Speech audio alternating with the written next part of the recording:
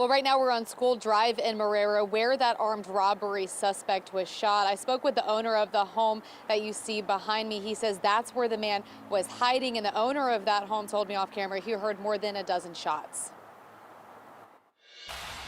A lot of commotion, drones, helicopters, really scary. Laura Bates lives in Marrero, where Jefferson Parish deputies searched for an armed robbery and residential burglary suspect for hours Thursday evening. All the streets were blocked off. They had the expressway blocked off. I had went to Walmart with my cousin. I couldn't even get in my yard. According to JPSO, it was around 3:30 p.m. Thursday when deputies were getting ready to serve a search warrant for a string of armed robberies at businesses and a residential burglary that all occurred within the last 5 weeks. The suspect, 50-year-old Louis Alexander, saw deputies and ran off, according to JPSO.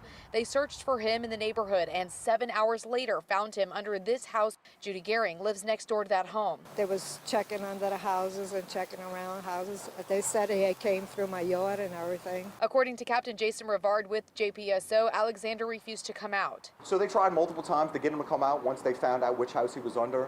They did deploy chemical agents, OC spray, under the house to try to force him to come out, make it uncomfortable under there. He stayed under there. The K-9 units were there. He was informed of their presence, told that they would put a dog in.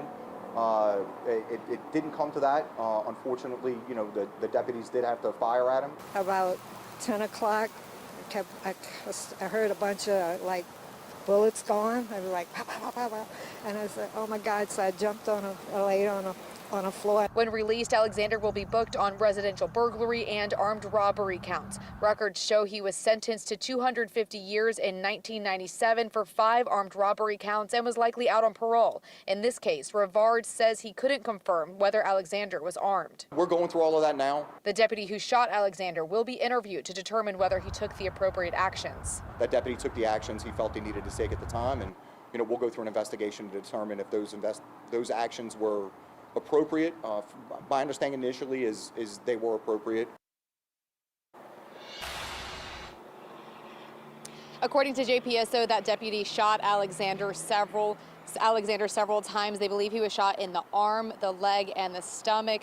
The last point we checked, he was still hospitalized. He is expected to survive the injuries. In Marrero, Erica Ferrando, Eyewitness News.